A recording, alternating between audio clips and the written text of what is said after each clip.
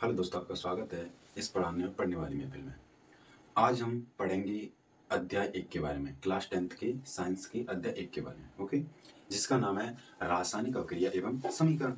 ठीक है, तो रासायनिक अभिक्रिया एवं समीकरण होता क्या है, पहली बात देखते हैं।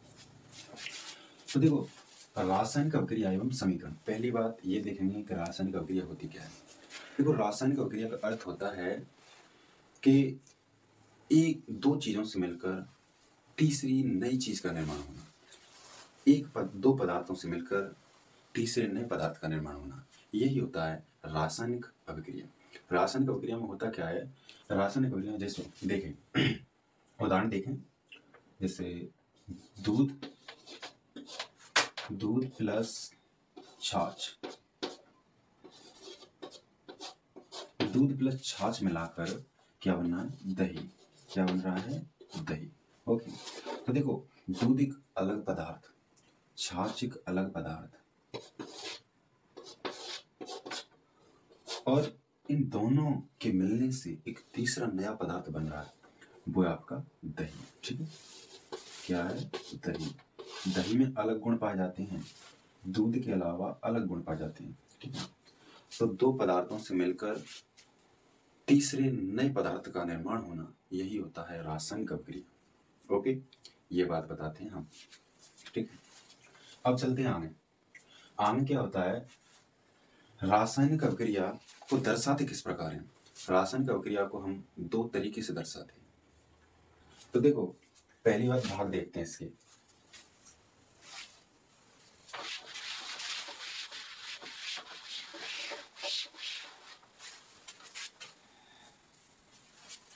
तो देखो,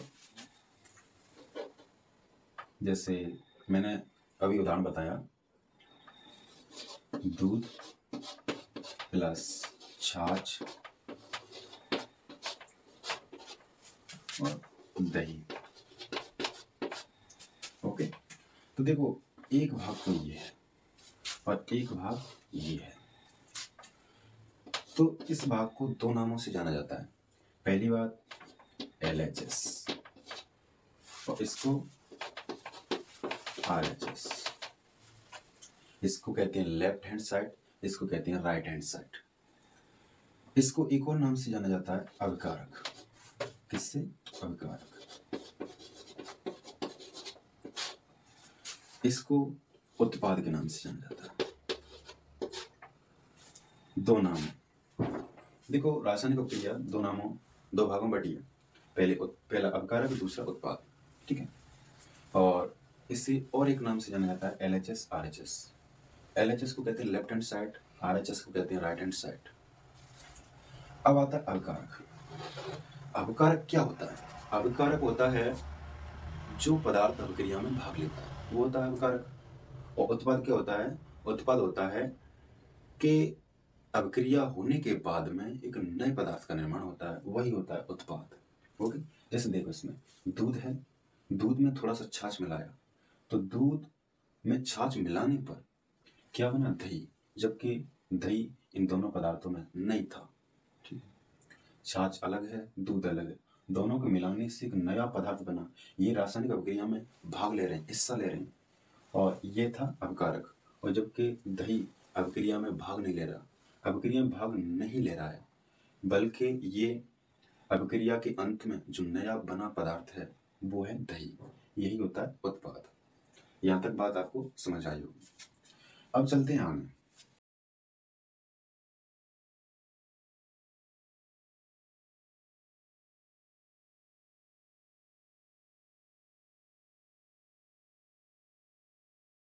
देखो, इसमें कुछ उदाहरण बताएं। जैसे पहला है भोजन का पाचन,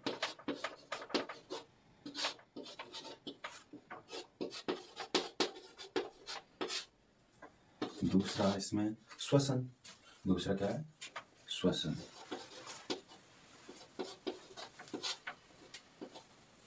तीसरा है लोह पर जंग।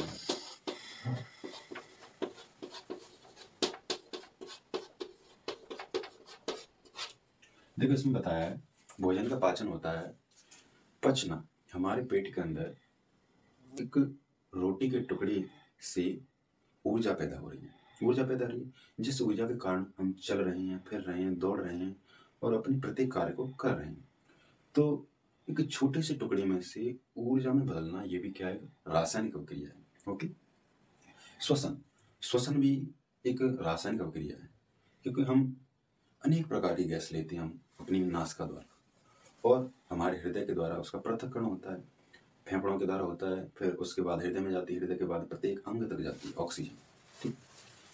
ऑक्सीजन ऐसा शरीर का कोई भी अंग नहीं है जहाँ तक ना जाए। शरीर के प्रत्येक अंग, सूक्ष्म से सूक्ष्म, स्थूल से स्थूल अंग तक जाती है ऑक्सीजन। ऑक्सीजन जाएगी जब हम प्रत्येक कार्य को कर पाएंगे अच्छे तरीके से। वह लोहे पर जंग लगना, देखो लोहे पर जंग लगना एक रासायनिक अभिक्रिया है। क्यों? जब हम किसी धातु को या लोहे को खुले में रखते हैं तो वायुमंडल में अनेक प्रकार के अम्ल होते हैं, जो वर्षा आने पर वे अम्ल उन चीज़ों से मिल जाते हैं, जल की बूंदों से मिल जाते हैं, और जल की बूंदों से मिलकर जो जलीय अम्ल बनाते हैं, जल में मिल जाता है अम्ल। उसके बाद जो लोहे के बर्तन पर या लोहे की किसी वस्तु पर वे बूंदें पड़ती हैं, तो उस पे से जो लोहा है अपने गुण धर्म सारे लुप्त कर देता है, और एक परत चढ़ जाती है भूरे रंग की, जिससे हम जंग कहते हैं। ओके, ये एक रासायनिक अभिक्रिया हुई। उसके बाद चलते हैं आगे। अब देखते हैं रासायनिक अभिक्रिया में होने वाले परिवर्तन। रासायनिक अभिक्रिया में क्या क्या परिवर्तन होते हैं मैं बताता हूँ। रासायनिक अभिक्रिया में जैसे हमने बताया कि दूध में थोड़ी मात्रा में छाछ डाली, दूध में छाछ डालने पर उससे क्या बना, नया तीसरा पदार्थ बना, दही। तो देखो दूध के गुण भी अलग है, उसकी अवस्थाएं भी थोड़ी अलग है। ओके, और उसका रंग भी देखें तो अलग है। ठीक है, तो जब दूध में छाछ डाली तो उसके बाद जो पदार्थ बना वो बना दही। तो दही के देखो गुण अलग है, दूध खट्टा नहीं होता, लेकिन दही क्या होता है, खट्टा होता है। दूध पानी की अवस्था में पाया जाता है, द्रवी पानी अवस्था में, जबकि दही थोड़ा उससे सॉलिड अवस्था में पाया जाता है। ओके, और रंग देखें तो रंग तो सेम से ही रहते हैं, लेकिन उसका स्वाद है वो अलग होता है। दूध खट्टा नहीं होता, जबकि दही खट्टा होता है। तो देखो रासायनिक अभिक्रिया में होने वाले परिवर्तन होते हैं रंग में परिवर्तन, और ताप में परिवर्तन, अवस्था में परिवर्तन, और गैस का उत्सर्जन। जब कोई भी पदार्थ का विखंडन होता है, जब कोई पदार्थ टूटता है तो उसमें से ऊर्जा निकलती है, इसलिए कहा गया गैस का निष्कासन या ऊर्जा का निकलना, ये कहा गया है। ये होते हैं आपके रासायनिक अभिक्रिया में होने वाले परिवर्तन। देखो और समझाते हैं, यहाँ पर लिखते हैं रासायनिक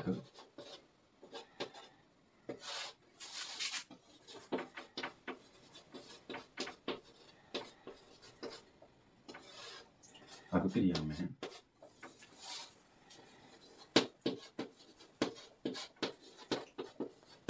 होने वाले परिवर्तन। रासायनिक अभिक्रिया में होने वाले परिवर्तन पहला देखते हैं, अवस्था में परिवर्तन।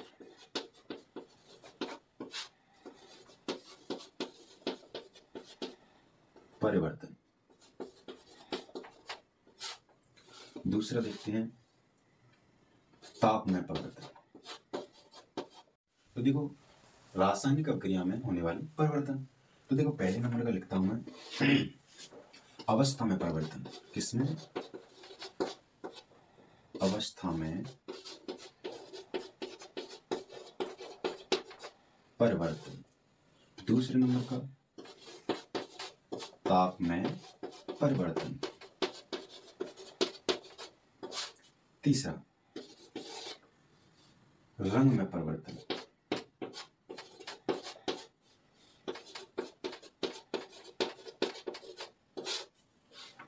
और चौथा देखें, अवस्था में परिवर्तन, ताप में परिवर्तन, रंग में परिवर्तन, और एक कौन सा होता है, गैस का उत्सर्जन या गैस का निष्कासन।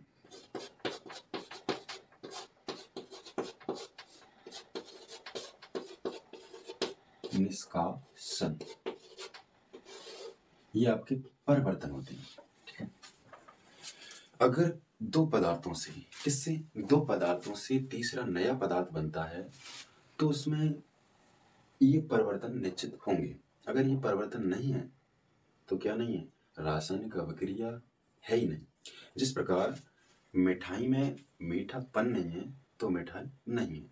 उसी प्रकार त्रिभुज में 3 कोण नहीं है, 3 भुजा नहीं है तो वो त्रिभुज नहीं है। इसी प्रकार रासायनिक अभिक्रिया में ये परिवर्तन नहीं होते हैं तो वो रासायनिक अभिक्रिया नहीं है। कौन कौन से परिवर्तन? अवस्था में परिवर्तन, ताप में परिवर्तन, रंग में परिवर्तन और गैस का निष्कासन, ये होते हैं आपके परिवर्तन।